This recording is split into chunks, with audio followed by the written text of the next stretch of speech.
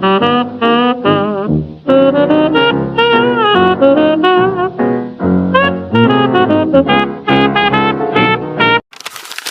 semuanya, perkenalkan nama aku Nahiza Anida Absari dengan NRP 253020062. Di video kali ini aku mau ngebahas tentang sesuatu yang menjadi fondasi utama kehidupan berbangsa dan bernegara, yaitu Pancasila. Namun sebelum kita lanjut ke materinya, aku mau melihat Pancasila itu dari sudut pandang yang sedikit berbeda.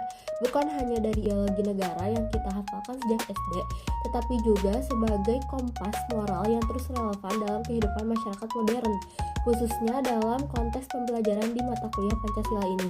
Di dalam perkuliahan atau di dalam kelas, biasanya Pancasila sering disebut sebagai dasar negara, pandangan hidup bangsa, dan ideologi nasional. Tetapi pada kenyataannya, banyak yang mengenal Pancasila itu hanya sebatas teks saja. Kita hafal bunyinya, tetapi kita selalu memahami bagaimana nilai-nilai itu bekerja secara nyata dalam kehidupan sehari-hari. Padahal tantangan berbangsa hari ini jauh lebih kompleks dibandingkan era ketika Pancasila dirumuskan. Masyarakat kita dihadapkan pada perubahan sosial, krisis moral, konflik identitas, dan perkembangan teknologi yang begitu cepat. Disinilah Pancasila menjadi penting, bukan hanya sebagai teori mata kuliah, tetapi juga sebagai pedoman hidup. Kalau kita tarik lagi kembali ke sejarah, Pancasila lahir melalui proses yang sangat panjang yang melibatkan perdebatan filosofis dan pertimbangan sosial yang sangat mendalam. Para pendiri bangsa pada waktu itu harus menemukan satu titik temu dari keberagaman yang luar biasa, seperti ratusan suku, puluhan bahasa daerah, berbagai kepercayaan, dan beragam kepentingan.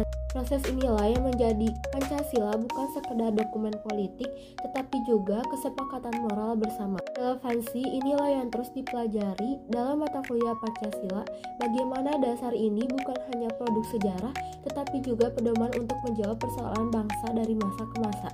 Ketika kita masuk ke sila pertama, ketuhanan yang Maha Esa, banyak mahasiswa yang menganggap sila ini hanya berkaitan dengan urusan agama. Padahal dalam konteks akademik, sila ini mengajarkan fundamental bahwasanya kehidupan bernegara harus dijiwai oleh moralitas, integritas, dan penghormatan terhadap keyakinan orang lain. Di masyarakat, kita bisa melihat bagaimana sila pertama diuji ketika muncul kasus intoleransi, perdebatan identitas, dan konflik sosial yang bersumber dari perdebatan agama. Kuliah Pancasila ini mengajarkan bahwasanya keberagaman kepercayaan bukan ancaman, tetapi juga kekuasaan bangsa.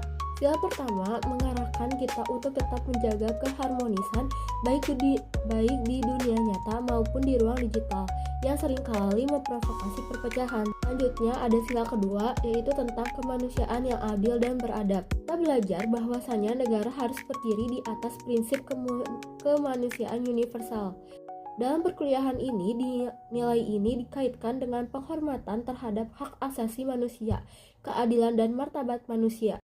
Jika kita melihat kehidupan sosial, sila ini tercermin ketika masyarakat menolong korban bencana, menyuarakan keadilan bagi mereka yang tertindas, ataupun menegur tindakan yang tidak manusiawi. Namun, di era media sosial ini, kita sering menemui pelanggaran nilai kemanusiaan berupa perundungan, ujaran kebencian, dan penghinaan publik. Disinilah pentingnya memahami mata kuliah Pancasila bahwasanya kemajuan teknologi harus diimbangi dengan tanggung jawab moral. Kemanusiaan harus tetap menjadi landasan dalam setiap tindakan kita. Selanjutnya ada sila ketiga, yaitu Persatuan Indonesia, yang menjadi inti dari keberagaman bangsa. Saat matkul Pancasila, kita mempelajari bahwa persatuan tidak berarti menghapus perbedaan, tetapi juga mampu merangkulnya dalam satu tujuan bersama. Dalam realitas masyarakat, persatuan diuji melalui konflik politik, polarisasi sosial, hingga perdebatan kecil yang sering dibesar-besarkan. Tetapi di sisi lain, kita juga melihat bukti nyata kuatnya persatuan Indonesia. Ketika terjadi bencana alam, masyarakat dari berbagai daerah dan latar belakang berbondong-bondong untuk memberikan bantuan tanpa memandang identitas. Ketika ada isu nasional, masyarakat bisa bersuara bersama demi kebaikan. Contohnya seperti demo DPR kemarin. Persatuan bukan hanya slogan, tetapi juga praktik sosial yang hidup. Dan Pancasila membantu kita memahami bagaimana menjaga persatuan itu, terutama di era ketika perpecahan begitu mudah dipicu oleh informasi cepat. Selanjutnya ada sila keempat, yaitu tentang kerakyatan yang dipimpin oleh hikmat kebijaksanaan dalam permusyawaratan perwakilan, yang mengajarkan kita tentang etika demokrasi. Di dalam perkuliahan, kita belajar bahwa demokrasi Indonesia bukan hanya sekedar suara terbanyak, tetapi harus dilandasi kebijaksanaan, musyawarah, dan pertimbangan sosial. Tantangannya di era digital, opini yang viral sering lebih dominan daripada pendapat yang bijak. Banyak keputusan masyarakat yang berbentuk dari emosi, bukan dari pemikiran yang mendalam. Sila keempat mengingatkan kita untuk menjadi warga negara yang cerdas, kritis, dan bijaksana. Kita belajar untuk tidak hanya ikut-ikutan saja, tetapi memahami, menilai, dan berargumentasi secara sehat. Ini bagian penting dari literasi demokrasi yang terus ditekankan dalam mata kuliah Pancasila. Yang terakhir adalah sila kelima, yaitu keadilan sosial bagi seluruh rakyat Indonesia. Menjadi tujuan akhir dari sila sebelumnya.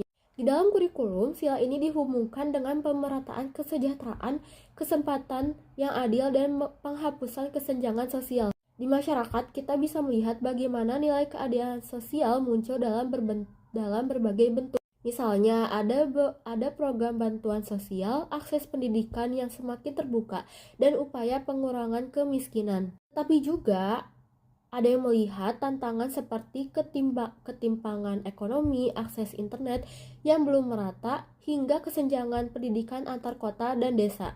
Pancasila mendorong kita untuk mencari solusi dan berkontribusi sekecil apapun agar keadilan bisa dirasakan lebih banyak orang.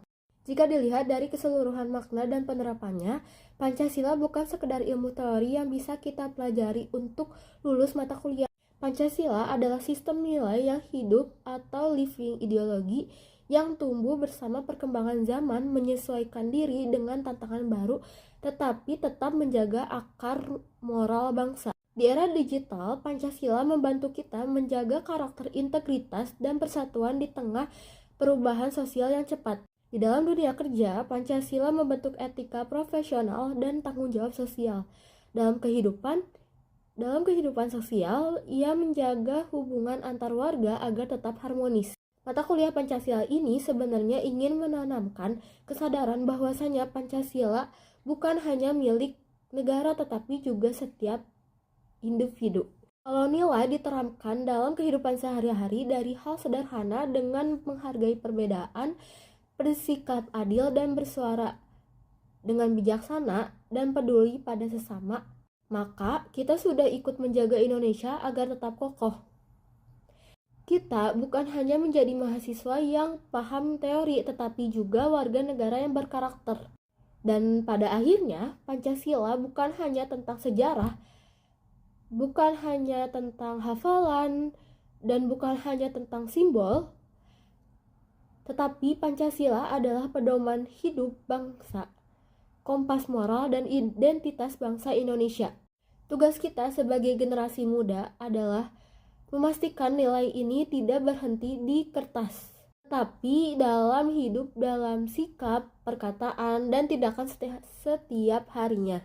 Dan kalau kita melihat perkembangan zaman sekarang, semakin jelas bahwasanya Pancasila bukan hanya landasan normatif, tetapi juga kehidupan praktis dalam kehidupan sehari-hari. Kita hidup di era ketika batas antara dunia nyata dan dunia digital semakin tipis.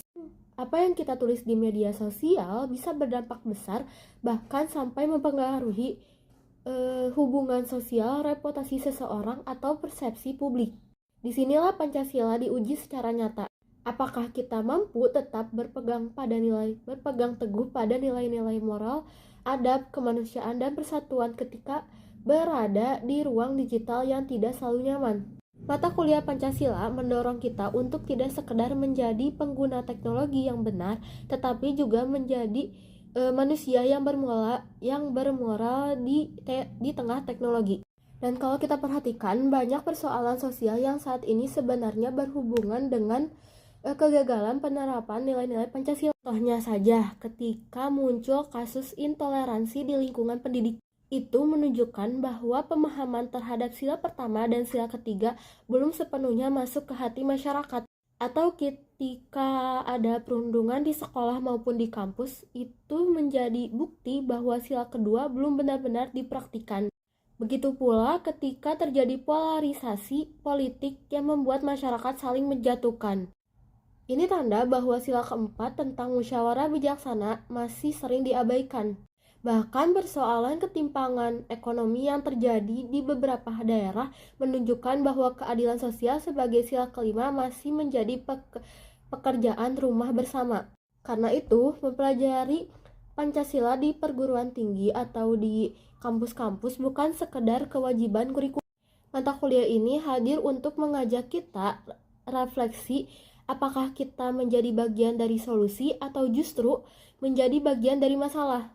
Apakah nilai-nilai Pancasila sudah kita terapkan dalam hubungan pertemanan, kepanitiaan, kegiatan kampus, atau interaksi di lingkungan masyarakat? Jika kita jujur, mungkin kita akan menemukan banyak hal yang perlu diperbaiki. Tetapi justru dari sanalah proses belajar itu dimulai. Pancasila juga memberikan fondasi dalam membangun karakter bangsa, terutama untuk generasi muda. Kita adalah generasi yang akan memegang kendali masa depan Indonesia. Dalam beberapa tahun ke depan, banyak posisi strategis negara dan masyarakat akan diisi oleh anak-anak muda, mulai dari pemimpin lokal sampai pembuat kebijaksanaan nasional. Kalau karakter kita kuat, beradab, menghargai perbedaan, dan mampu berpikir bijak, maka masa depan bangsa akan lebih terarah. Baliknya, jika generasi muda mulai mudah terpecah, bahkan diprovokasi atau hanya mengejar kepentingan pribadi, maka nilai Pancasila akan pudar dan dampaknya akan dirasakan oleh seluruh bangsa.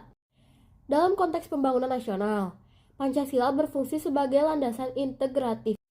Bangsa yang besar seperti Indonesia membutuhkan nilai pemersatu agar pembangunan berjalan selaras. Kita bisa mengambil contoh dari program gotong royong yang tetap bertahan sampai sekarang. Meskipun masyarakat sudah semakin modern, gotong royong bukan hanya diartikan sebagai kerja bakti di masyarakat, tetapi juga dalam bentuk kerja sama sosial, kolaborasi komunitas, hingga solidaritas digital. Misalnya ketika ada galang dana online untuk membantu korban bencana atau membiayai pengobatan seseorang, itu bentuk pengalaman Pancasila, juga nilai kemanusiaan dan persatuan yang diterapkan dalam konteks modern. Hal tersebut menunjukkan bahwa nilai kemanusiaan dan persatuan dalam Pancasila tetap relevan di masa kini. Dengan menerapkannya dalam kehidupan sehari-hari, kita bukan hanya menjaga harmoni sosial, tetapi juga membuktikan bahwa Pancasila masih menjadi pedoman hidup bangsa di tengah perubahan zaman. Sekian video yang saya sampaikan kali ini. Mohon maaf apabila ada salah kata dan typo-typo sedikit. Wassalamualaikum warahmatullahi wabarakatuh.